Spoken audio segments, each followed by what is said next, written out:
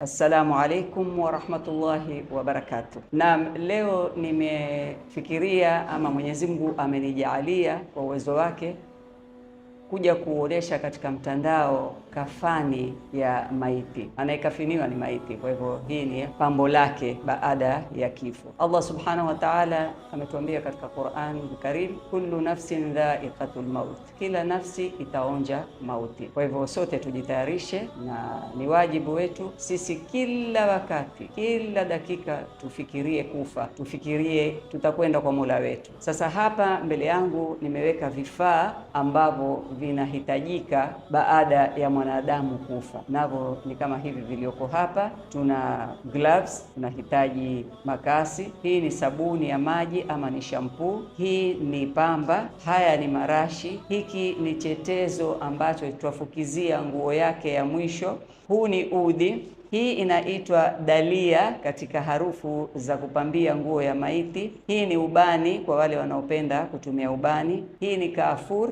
Kafur ni katika kemikali ambao inatumika kufanya mwili wa mwanadamu usitaghayar ama usioze haraka. Sindano na uzi ya kushonea ama ya kushikanisha ile kafani. Hii ni misk, wapaka kwenye ile nguo yake zima, lakini ni harufu katika harufu nzuri.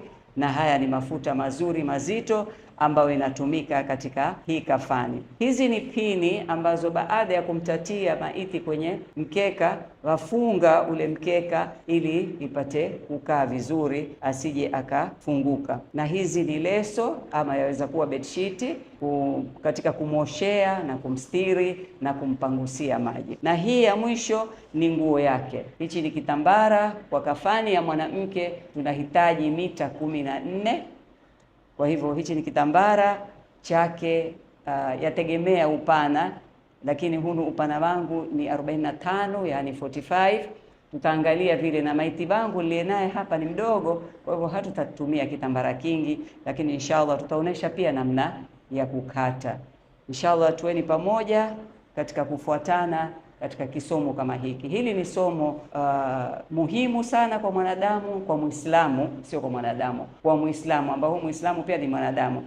Kwa hivyo lazima, ni wajibu tujue jambo kama hili. Ni watu wachache sana wanajua kukafini maiti na kuosha maiti na kuswalia maiti. Kwa hivyo leo nimekuja na hii program, na inshallah Mwenyezi Mungu atutilie taufik mpaka tumalize kwa sahali na salama na kufahamika jambo kama hili. Inshallah tuko pamoja. Na hii ni sanda ama ni nguo ambayo anavalishwa maiti. Kwa sharia huwa ni muhimu iwe ni nyeupe, haina maridadi yoyote wala pambo wala maua. Hiyo ni jambo la kwanza. Jambo la pili, tutakata kwa kafani ya mwanamke ana vipande vitano, bedsheet mbili, yani kafani mbili za aina moja, yani size moja.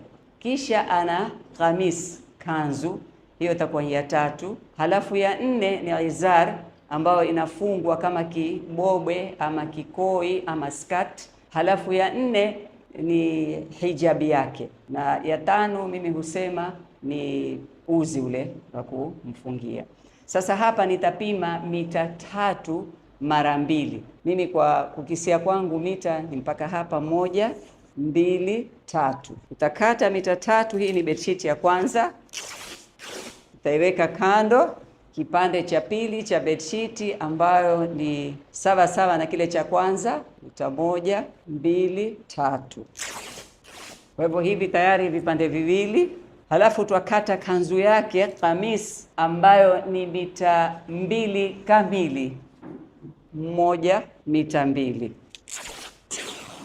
Namna ya kukata kamis, urefu wake ni mita 2. Halafu utakunja kidogo huku itakuwa ni nyuma, utakunja kidogo, kisha utakunja tena katikati hiyo kamis, kisha kuifanya kamis mpaka ukate shingo.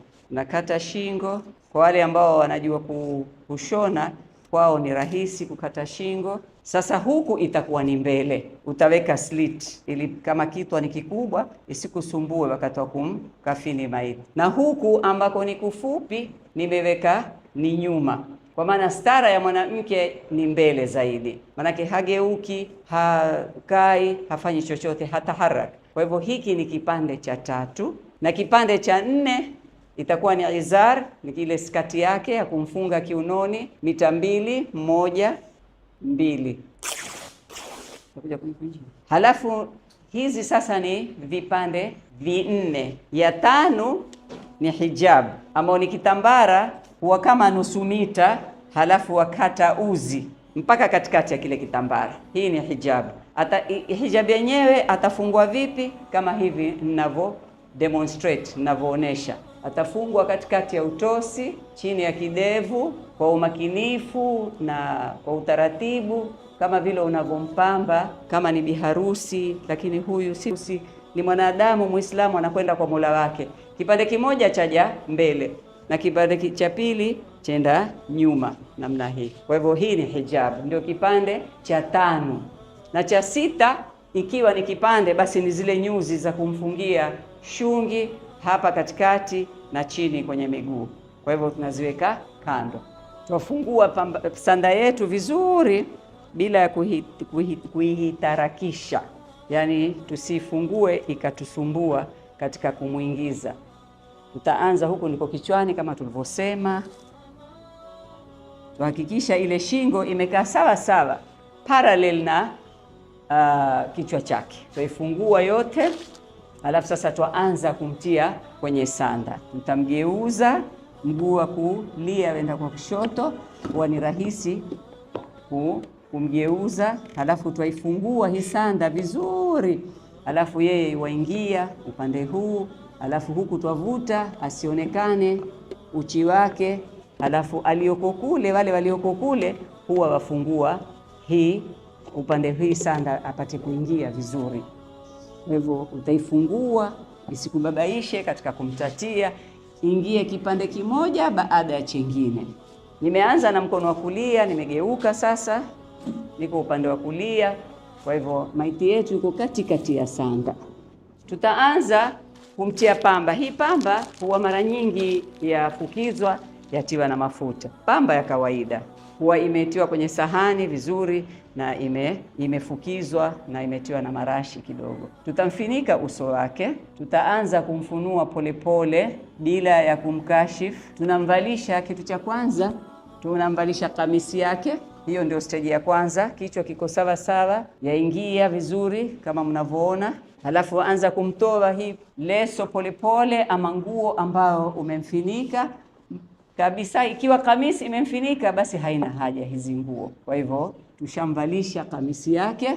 Tunatoa pamba tena, tunamtia puani, unazifanya round kidogo, unamtia kwenye pua. Kama mdomo uko wazi, basi pia utamweka pamba kwenye mdomo, na upande wa kulia utamweka pamba sikio la kulia, utamweka pamba sikio la kushoto. Mara nyingi ukiwa na watu wa kukusaidia ni bora, manake huwa ni kazi rahisi. Halafu tuamvalisha kichwa, tuamaliza na uso, tuamvalisha ile hijabi yake.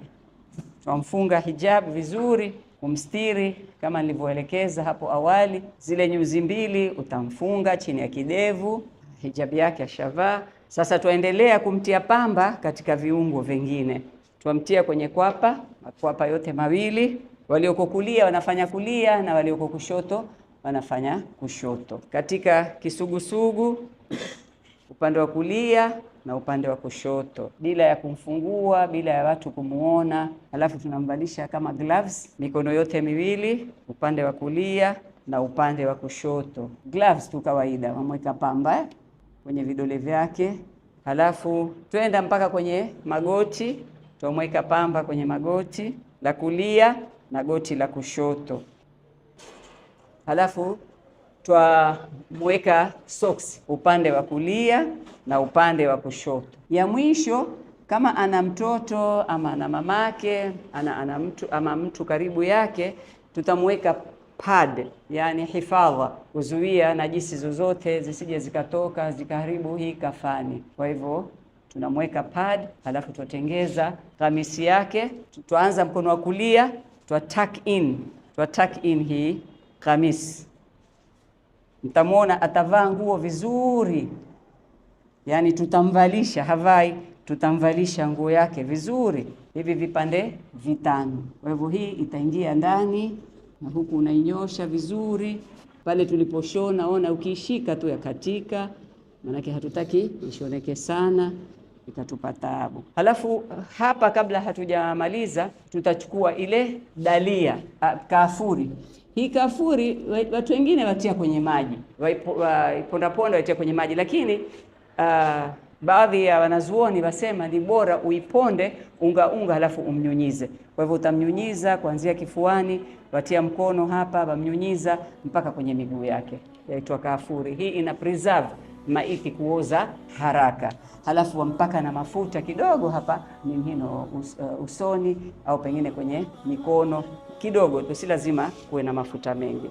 Utaanza na upande wa kulia. Hii utamfunga ni izar, ile skati, na utaitak in vizuri.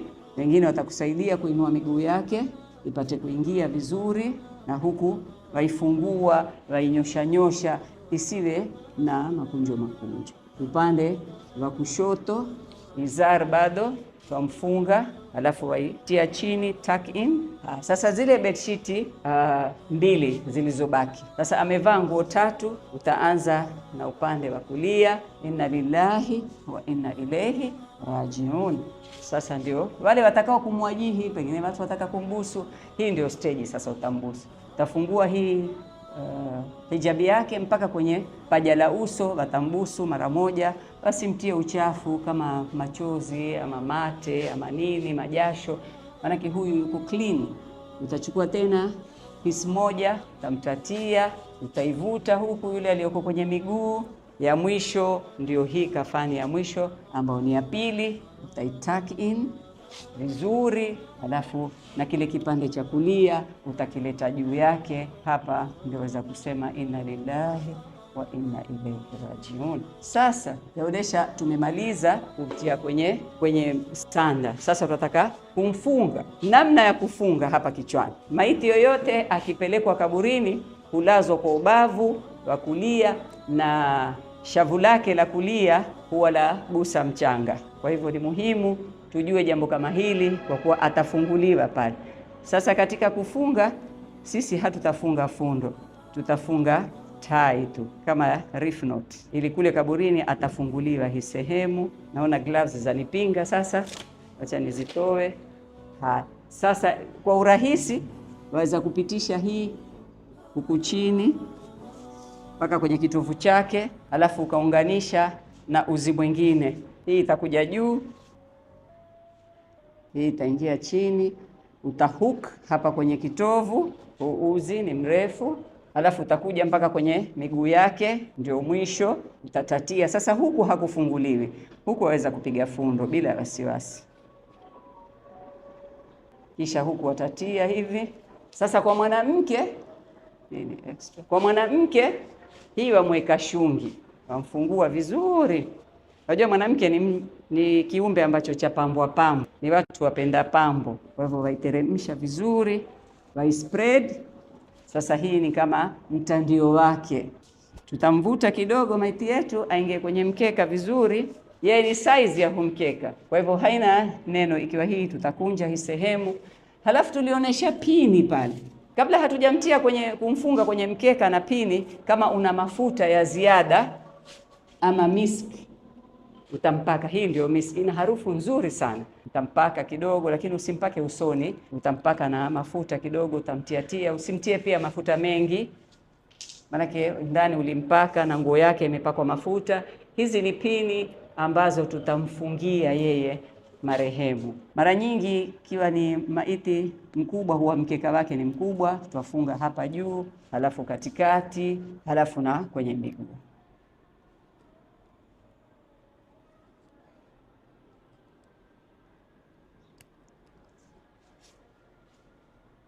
Sasa utajua huku ni kichwa, maana huku ni kwembamba, halafu hii imetoka zaidi huku, hii sanda.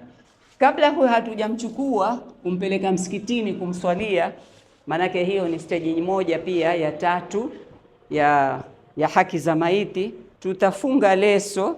Hii leso ina kazi yake, ama bedsheet ni bora zaidi, ama leso ile ndefu tunamfunga hapa katikati. Hii inasaidia kumbebea yeye maiti katika mkeka, halafu kule kaburini huwa afinikwa. Saa zile yuamiminwa kaburini, huu mkeka hutolewa halafu akamiminwa. Hii leso ama bedsheet yabebwa na watu 4, halafu mstiri ili wale watu walioko juu wasimuone. La pili wawapepea, unajua sasa ni wakati wa kiangaza, joto lingi, wapepewa wale watu walioko chini kaburini. Kwa hivyo hii ndio madhumuni ya hii leso kuwa hapa. Mpaka hapa kafani yangu tumemaliza, ama kafani ya huu maiti yangu itakuja karibuni, lakini bado ni maiti tushamaliza kafani yake. Sasa amebakisha mambo mawili kufanyiwa, atabebwa. Hebu tuletee jeneza. Kuna msaidizi wangu hapa mwingine, shababu wangu, nataka tumbebe mimi na yeye tumweke kwenye jeneza, ili tuoneshe watu walioko hapa na walioko nje, na hata hiyo sawa, aweka chini basi atosha au asa. Kwa hivyo sasa kidogo hapa nataka kueleza na kusisitiza katika kuosha maiti na kukafini ndani ya room ama kwenye ghusli kama hii iliyoko Kikoani hapa, ama ghusli yoyote iliyoko ndani ya mji. Ni muhimu kusiingie watu wengi, hatutaki crowd. Manake huyu alipokuwa akienda bathroom, ngoja tumsaidie hivi, tumia zile leso.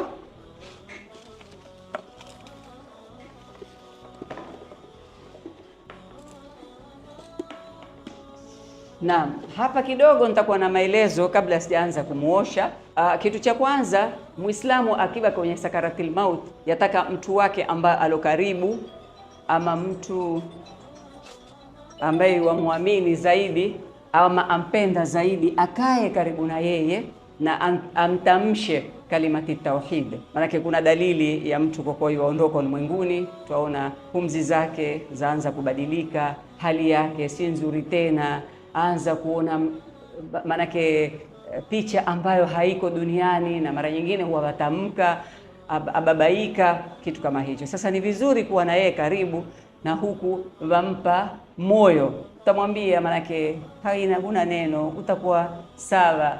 Hii ndio kawaida ya mwanadamu, huwa mgonjwa kisha atapoa. Usimwambie wafa, utapoa, utatulia, basi na sisi tukuombea tashil, yani katika maradhi yako. Halafu wamtamsha la ilaha illa Allah kwa sauti nzuri ya upole, mwambie sema la ilaha illa Allah, gul la ilaha illa Allah, se la ilaha illa Allah kwa lugha ambayo yeye waelewa. La ilaha illa Allah bila ya kumuata peke yake. Ikiwa wewe umechoka, kuje mtu mwingine akae naye karibu na awe karibu na sikio lake. La ilaha illa Allah, la ilaha illa Allah, sema la ilaha illa Allah. Na huku ukiweza wampapasa kitwa ama wampapasa kifua pole pole. Ikiwezekana kitu chengine, au kama mtu mwingine yuko, Mtume sallallahu alaihi wasallam asema tusomee maiti zetu surati Yasin, ama wagonjwa wetu, huyu yuko katika sakaratil maut, tusomeni Yasin. Kitu chengine, kama una maji ya Zamzam, huwa manake ana kiu ya ajabu pale. Sakarat ni utungu sana, sakaratil maut ina ushingo sana. Kwa hivyo tumpatie maji ya Zamzam pole pole na kijiko, na kama tuna asali pia impatie energy, impatie nguvu. Basi utamrambisha asali ama utampa na kijiko pole pole, kidogo kidogo, na huku wamkumbusha kalimati tauhid, la ilaha illa Allah, la ilaha illa. Pindi unapoona pumzi zimesangaa na moyo haupigi tena, ukiweka mkono upande wa kushoto moyo haupigi, ukishika mshipa huu hapa ambao inaitwa jugular artery, hakuna kitu chochote, pengine utamwita daktari, ata certify, yani atathibitisha huyu mtu ashaaga dunia, ashakufa. Kwa hivyo hapo moja kwa moja tunakwenda mpaka kwenye macho yake. Mimi nitamfungua maiti yangu, wasipendi mimi kufungua, lakini kwa vile tunaonesha na ni masomo haya, utamfunga macho, japokuwa maiti yangu macho yake yako open, ni sanamu, huyu si binadamu. Utamfunga kwa upole, yani afungike, halafu utamfunga mdomo. Ikiwa mdomo haufungiki, basi utabeba bandage, utaweka chini ya kidevu, halafu ufunge kwenye utosi. Tena funga tight kwa nguvu, ili ipate kidevu na mdomo wa juu ushikane. Kwa hivyo utamfunga hapa, na utaona maiti wako akiletwa kutoka hospitali mara nyingi huwa amefungwa kitambara kama hiki, yani umfunge mdomo kabisa. Kwa hivyo utamnyosha na viungo, utaanza mkono wa kulia, maanake mara nyingi katika sakara, damu huwa si katika hali yake tena, hali hubadilika, huwa ataka kupigana, ataka kukimbia, mara nyingine huenda akakunja mpaka ngumi, na yule ni malakatul maut, amekuja kumtoa roho, huwezi kupigana naye, lakini ndio binadamu. Kwa hivyo huja akafunga mikono ngumi, basi mpatilize kabla hajapindana. Utamnyosha viungo, utamweka kwenye ubavu, mkono wake wa kulia, hali kadhalika mkono wa kushoto, mguu wake wa kulia utauweka sawa sawa na utaunyosha. Mara nyingine huja tukapata wagonjwa ambao wamepindana mwili, hawawezi hata kunyosheka. Lakini ikiwa umepata maiti kama huyo, siku zote chukua maji ya moto, si moto sana, dafi, alafu utie na chumvi, uweke na kiteuli kwenye kile kiungo. Kwa mfano ni goti, utamweka kwenye goti na huku amkandakanda, basi mguu unyoka pole pole tu. Au kama hapa pamefunga vidole, utamtia maji ya moto na chumvi, alafu utaanza kumfungua kidole kimoja kimoja. Hii ndio maelezo namna ya kumuosha maiti wa Kiislamu. Kitu cha kwanza unamlekeza kibla. Hizo ndizo sharuti za kafani, na mambo manne lazima maiti wa Kiislamu afanyiwe. La kwanza ni huku kuosha, la pili ni kumkafini, la tatu ni kumswalia, na la nne ni kumstiri kwenda kumzika. Mambo manne wajib, hayo lazima tuyafanye. Na ndio nikasema kabla hapo awali, kabla sijaanza kuzungumza zaidi, nimesema hili ni somo watu wataka walijue. Kwa hivyo inshallah na mimi nimejitolea, na mtu yoyote atakaye kuwa na swali lake juu ya kafani, niko tayari, nitatoa namba zangu za simu, akitaka kunipigia aje anipigie, nitamuelezea zaidi. Kwa hivyo mambo manne hayo lazima afanyiwe. Kwa hivyo maiti yetu hapa, tuko kwenye ghusl, mahali pa kuosha maiti, na amelekea kibla sawa sawa. Sasa vile tutafanya, huwa kuna shawa lakini iko kwa upande mwingine, na kwa vile hatutamtia maji huyu, lakini utaanza kumtia maji ye mzima mwili, yani wamrowamisha, kisha wamtia sabuni. Kabla hujafanya hivyo, hujafungua maji, wavaa gloves. Muhimu uvae gloves mwanzo, usishike najisi, utajitia uchafu, na usimshike pengine kwa mikono yako. Yeye zamani alikuwa kioga mwenyewe, lakini leo amekuwa aogeshwa, atolewa uchafu na mambo kama haya. Kwa hivyo utavaa gloves, utamtia sabuni kidogo, na huku wamsugua, waweza kutia mkono kwa ndani kwenye ile nguo, na huku wamsugua, wamtoa uchafu. Utamaliza mpaka mwisho, halafu utamgeuza, utavuta nguo upande wa kulia. Siku zote sisi Waislamu tunaanza procedure zetu kwa upande wa kulia.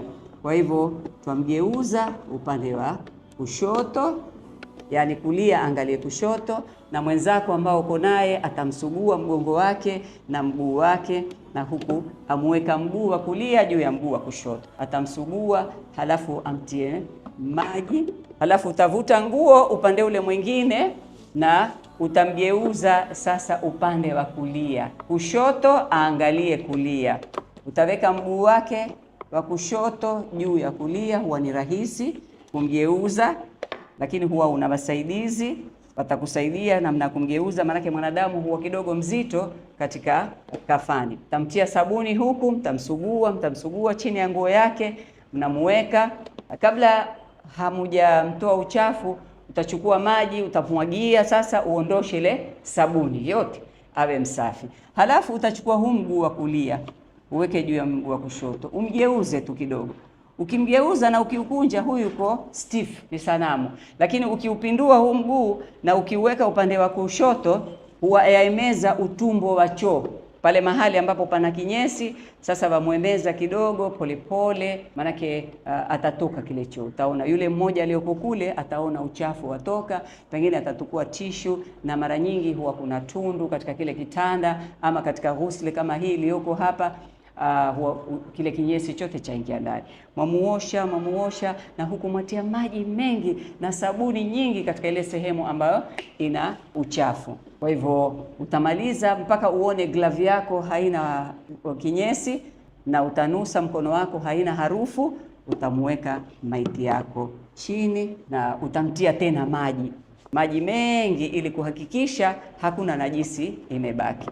Hii nguo tunaichukulia kama ina najisi na imeoshewa maiti, taban alikuwa na uchafu. Kwa hivyo tutaitoa hii nguo, halafu tutamweka nguo nyingine. Mara nyingi huwa tunatumia nguo mbili kwa ajili nguo ni fupi, lakini maiti yetu ni mtu mdogo, hana shida ya nguo nyingi. Kwa hivyo hii ama bedsheet ya moja kwa moja, utafungua nguo yako ya pili, utatoa hii moja, na huku unamfinika, unamstiri haraka upesi, hii isitote kwa maji, unamstiri vizuri. Hapa huwa una beseni ama ndoo nyingine ya nguo chafu, kwa hivyo utaweka nguo chafu zako pale. Maiti yetu tushamuosha, tushamtoa uchafu wote na yuko msafi. Sasa tuamtawadhisha, tumsikisha udhu. Utaweka mikono yake miwili, huyu alhamdulillah mikono yake miwili iko sawa. Tatia nguo mikono yako chini ya nguo, na mwenzako atakutilia maji. Utapiga bismillahi, na huku unamtawadhisha mikono. Ukimaliza mkono unampigisha mswaki huu mdomo wake hapa, halafu mara 3 unamuweka, halafu utainua mkono wa kulia, utaanza kumtawadhisha kuanzia huku mara 3 witri, wamuweka, wabeba mkono wa kushoto, wamtawadhisha mpaka kwenye kisugusugu, yani mpaka hapa juu mara 3, wamaliza. Halafu wenda kwenye kidogo nimekosea, kumradhi. Ukimaliza mikono wenda kwenye uso. Tartibu katika yani kufuatanisha udhu. Ukimaliza mikono unampigisha mswaki, ukimaliza mswaki unamuosha uso. Wamuosha uso mara 3, wamaliza wamuosha mkono wa kulia mara 3 witri, au kama ni kwenye mfereji wamiminia maji. Hakikisha mkono mzima umepata maji na huku umepata maji ya udhu. Ukimaliza mikono tunakuja kwenye masikio na kitwa. Sasa tunapangusa kichwa chake, na vile kwa kuwa huyu ni maiti tunaweza kumuosha kichwa chote na nywele zake hizi nyingi, alafu pamoja na masikio yake. Waweza kuchanganya masikio pamoja na kitwa, na udhu wake umemalizika. Tushamaliza kumtawadhisha. Kutoka hapo sehemu nyingine ama stage nyingine ni kumtia tahara. Huyu ni maiti, lazima apate tahara, na tahara ni hadathi al-akbar, hadathi nzito, hadathi kubwa. Tutachukua maji ambayo kama yale tulomoshea, lakini yawe ni maji hayana harufu, hayana rangi. Utaanza kummiminia upande wa kulia, na huku mwamsugua ili ngozi yake yote na kiwiliwili chake chote kipate maji. Kwa hivyo utamweka mkono wa kulia, upande wa kulia. Ukimaliza utamfanyia upande wa kushoto, halafu utammiminia maji katikati ya mwili mara 3 witri. Hakikisha shingo yake umepeleka mikono imepata maji, na makwapa yake pia, na huku makwapa. Na ikiwa ni mwanamke, kifua chake kama tunavyojua kwa maumbile, utahakikisha chini ya kifua ama maziwa yake yamepata maji. Tutamgeuza upande wa kulia, hali kadhalika tutamtia maji. Walioko upande ule wa kulia watammiminia, na huku hakikisha mwili wake wote umepata maji. Tutamweka vizuri. Sasa tutamweka mguu wa kushoto juu ya mguu wa kulia, atageuzwa upande wa kushoto, aangalie kulia, afanywe kama vile alivyofanywa upande wa kulia. Atatiwa maji, asuguliwe, aangaliwe, mwili wote umepakaa maji, umeenea maji. Hapo tahara yake ishamalizika maiti kama huyo. Sasa kuna mkunazi, ni sunna ikiwa utapata mkunazi ama ghusl. Majani ya mkunazi ni majani mazuri kwa maiti, ama unga huwa tunayasaga, halafu tunayachuja, twamtia mwili mzima yale maji ya mkunazi, na huku twamsugua, ni ghusl ile. Halafu ukimaliza wamtia maji. Ukimaliza hapo, kama una marihani si lazima, lakini kama una marihani pia waweza kumtia mwili mzima, unayasaga, wayachuja, waweka kwenye bakuli ama kwenye jagi moja kubwa, halafu wamiminia mwili mzima. Hii nguo kutoka hapa itakuwa imetota. Sasa tutataka kumbadilisha nguo nyingine, na tutamkausha. Tutamkausha kwa nguo kavu ama bedsheet kubwa, na huku unamstiri, usimfungue wala usimuone, manake kuna aina tofauti ya mwanadamu katika sakaratil maut, huja akaonekana na si vizuri, na pengine huwa hapendelei mwenye maiti kuonekana mdomo wazi, kuonekana macho yamekodoka na yako wazi. Kwa hivyo tutamkausha Huyu ni mwanamke, kwa hivyo tutakwenda kwenye kichwa chake, tutashika nywele zake na huku tunazikausha vizuri. Pengine tuoneshe namna ya kuzifunga nywele baada ya kumkausha nywele zake zimekauka, isitoteke ile sanda, isiwe majimaji, usitoteshe. Basi utazikausha vizuri, kisha bila ya kumfungua uso. Kama ni nyingi haziwezi kufungika kuruni, basi utazigawanya mara 3. Mara moja hapa katikati, mara moja huku, mara moja upande wa kulia. Kisha utazifunga hizi nywele. Si lazima kutumia pini wala kutumia rubber band wala kutumia chochote. Hizi nywele zake waweza kutumia na ukazifunga na zikastirika vizuri. Kwa hivyo hii nguo sasa tutaitoa, pia imekuwa majimaji, manake tumemkausha. Utamgeuza na huku utapangusa ile baraza ambayo ni majimaji, uipanguse vizuri upande wa kulia na upande wa kushoto. Na kama ni kitanda hivyo hivyo utapangusa vizuri kiwe kikavu bila ya majimaji. Tutachukua kipande kingine cha nguo ama cha leso. Sasa tunataka kumkafini maiti yetu. Hii majimaji twaitoa kwa henezi polepole, bila ya kumuona, bila ya kumkashifu, bila ya kumgeuza geuza. Twaitoa tu. Alafu kuna beseni hapa, twatia hapa ndani. Sasa hapa ndio wakati twaanza kukafini. Hakuna nia yoyote ya kukafini. Maiti yetu tumemuosha vizuri, ameelekea kibla, tumefuata zile taratibu na sharti zake za kafani. Tumemuosha, tumemtawadhisha na tumemtia tahara. Kwa hivyo na tumemkausha. Yuko tayari sasa kuingia kwenye sanda. Sanda yenyewe ni ile kwa tumeitengeneza. Hivi vipande vya kafani ama vya sanda ni muhimu kufukizwa. Kwa hivyo vitapakwa mafuta mazito, sio spray, mafuta mazuri mazito kama ni halud, halambar, halmiski ama hajaril aswad. Mafuta mazito yana majina mengi. Kwa hivyo wapaka vipande vyote vitano, wafukiza na udi ambao wanukia vizuri, kisha waitia marashi, wanyunyiza marashi ambao ni haya hapa. Sasa tutaonesha namna ya kuitandika hii sanda katika mkeka. Maiti yangu kama nilivyowaambia ni mdogo, hahitaji ule mkeka mkubwa, kwa hivyo huu utakuwa kiasi chake.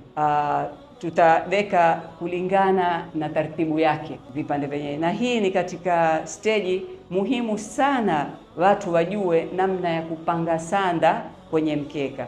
Kitu cha kwanza utaweka zile bedsheet 2 ambazo ni size moja. Ushazifukiza kwa mafuta mazuri na udi mzuri, umezipaka na marashi. Sasa utazitandika zile mita 3 mita 3 huwa ni katika large, katika ile sanda ambao ni large, yani mtu mrefu wa futi 5, lakini akiwa mpana zaidi utaongeza upana huku ukingoni, lakini kwa urefu mita 3 inamtatia maiti wa size yani futi 5, na kama ni kwa wizani wake awe kama kilo 65 ama 60 mpaka 70. Yamfunga vizuri bila wasiwasi wote. Lakini akiwa mnene zaidi, pengine kimo chake ni futi 5.5 ama futi 5 tu, lakini ni mnene zaidi, lazima sanda uiongeze upana ili ipate kumtatia na kumstiri vizuri. Kwa hivyo hiki ni kipande cha kwanza na hiki ni kipande cha pili cha mita 3, kafani 2. Waziweka sawa sawa ili zisikubabaishe katika kumtatia yule maiti. Manake ni binadamu ambaye hana uhai, kwa hivyo huwezi kumwambia songea wala geuka wala inama wala kaa. Kwa hivyo ukiiweka ataingia sawa sawa, na wewe kazi yako ni kumtatia maiti kama yule. Kwa hivyo hizi ni kafani 2 sawa sawa. Halafu na hii ni kamis, na kamis kama nilivyowaambia mbele ni ndefu na nyuma ni fupi. Kwa hivyo kule ambako ni kurefu utaweka nje karibu na kichwa chake, utaiweka katikati, manake ni size moja, upana ni mmoja na hizi bedsheet 2. Kwa hivyo kutakuwa hakuna mushkili wowote. Kipande cha 4 ni ile izar ama skati ambao itawekwa katikati katika kiuno chake yule marehemu, na yawekwa kwa upana sio kwa urefu, manake itamtatia. Hii kamis itakuja juu kidogo ya hii izar ama skati. Haya, vipande vyangu vishatimia 4, ya 5 itakuwa ni hijab. Sasa hapa huwa twashikiliza na uzi na sindano, ili katika kumtatia twamtatia kipande kimoja baada ya kingine. Uzi wangu uko tayari. Twashikanisha hizi 4 katikati bila ya kupiga fundo, twaweka stichi 2 cross, alafu twashikanisha hapa pia katikati vipande vitatu hivi. Hapa itakuwa vitatu, manake kamis na kafani 2, zile bedsheet 2 tulizozikata bila ya kupiga fundo. Kwa nini bila ya kupiga fundo? Manake katika kumtatia kisha huatwa huu uzi twauvuta tu, ni katika kushikanisha zisije zikaondoka mahala pake. Halafu hapa katikati pia ni bora ushikanishe stichi 2 cross kama X. Halafu na hapa kwenye kamis na hizi bedsheet 2, mwisho upande wa kulia na upande wa kushoto pia utashikanisha ili isipate kuteleza wakati mwamtatia maiti. Yairahisisha sana kazi hii. Na upande huu pia tutafanya hivyo hivyo, utashikanisha. Niko mbali kidogo, lakini naweza nikafika bila ya shida. Vifaa vangu vya kushonea na kushikanisha mbali naweka kando. Sasa tutanyunyiza hii dalia. Dalia ni unga ambao wanyunyizwa kwenye pale maiti atakapokulala kwenye kafani yake. Hii yafanya maiti asioze pia haraka na katika harufu nzuri, si harufu mbaya. Kwa hivyo tunanyunyiza, kwa vile hatutaitumia, hii ni ya kuonesha dalia yenyewe ndio hii. Kwa hivyo tunanyunyiza kuanzia huku kichwani mpaka miguuni na katikati huku. Sasa tutaikunja hii kwa kuutatia pamoja na mkeka. Tukunja nyembamba nyembamba pamoja na mkeka mpaka tufike kwenye shingo upande mmoja, alafu nenda upande wa pili wa kulia. Nitafanya hali kadhalika kama nilivyofanya upande wa kushoto, kwa vile mkeka wangu ni mwembamba na maiti wangu ni mwembamba, lakini namna ya kutayarisha matayarisho ni haya. Sote tutakutana, ule upande wa kushoto na upande wa kulia wakutana pamoja, halafu huku miguuni ndio utakunja thuluthi moja, yani 1/3, thuluthi moja. Halafu hiki kichwa upande wa kuvaa kwenye shingo ama kichwa ndio itakuja juu ya hii thuluthi nyingine. Sasa huku kwenye kitambara itakujulisha kuwa sanda yako huu ndio upande wa kichwa. Sasa sanda yetu kando, ndio sasa twaanza kumuosha huyu maiti, tumfanyie ghusl apate kutahirika. Na hii pia katika hii stage ni muhimu, na hii tutakayokuionyesha ambayo itafuatilia ni muhimu zaidi kwa Muislamu yoyote, na ni muhimu tusomeni jamani. Jambo kama hili ni jambo limesahaulika, ni jambo watu yani kama hawalitaki kulifanya. Kuna watu maalumu ndio wanasomesha somo kama hili ama wanafanya mambo kama haya. Kwa hivyo sanda yake tutaiweka kando. Sasa tutaanza kumuosha maiti na kukafini. Usiingie watu wengi. Ikiwa maiti ni mdogo, basi watu 4 watosha, alafu kufungwe milango, wageni wasiingie, wala watu wenye kumuona kumkashifu. Kuna sisi wanawake au binadamu tuna tabia tofauti. Kuna wengine hawezi kustahimili kuona jambo bila kutosema, lazima waseme. Na huyu sasa hawezi kujitetea. Tusimkashifu maiti kabisa wala kumtolea siri zake. Kwa hivyo kuingie watu 4, wakizidi ni watu 6. 2 kulia, 2 kushoto, mmoja kichwani na mmoja miguuni. Wa 7 wako mlangoni, amefunga mlango. Tumepungulikiwa na maji, atakwenda kutuletea. Kumepungulikiwa na hiki, atatuletea, na mambo kama haya. Ama yeye kazi yake kile chetezo wakati wa kuosha na kutoa kinyesi huwa yuatia udi, ili ile rih mbaya isikirihishe watu, tusisikie harufu mbaya. Maana ukisikia harufu mbaya utafinya uso. Kwa nini umfinyie uso? Yeye haridhiki mwenyewe. Kwa hivyo tumfanyie maiti mambo ambayo sisi wenyewe ambao tuko hai twapenda kufanyiwa. Kwa hivyo tusimdhulumu kwa jambo lolote. Sasa tutambeba maiti yetu, tumemaliza. Ikiwa wanaume wataka kuja kumsomea, kwa baadhi ya kama sisi masuni ama matwarika, huwa twapenda kusomea maiti pale, kama Mtume SAW alivyosema, iqra surati Yasin fi maitikum. Kwa hivyo tunamsomea maiti surati Yasin, tukimaliza tuamwombea na dua. Huyo atakalo ni dua. Kwa hivyo wanakuja wanaume, huyu nitambeba peke yangu, waone mimi nabeba maiti, mimi siwezi kubeba maiti. Kwa hivyo namtia kwenye jeneza. Hili ndilo jeneza. Kwa hivyo tutamtia maiti yetu kwenye jeneza, na watu wengine kule wampokea polepole katikati. Alafu kuna nguo zake, naja kuwaonesha. Hizi nguo ndio nguo za jeneza.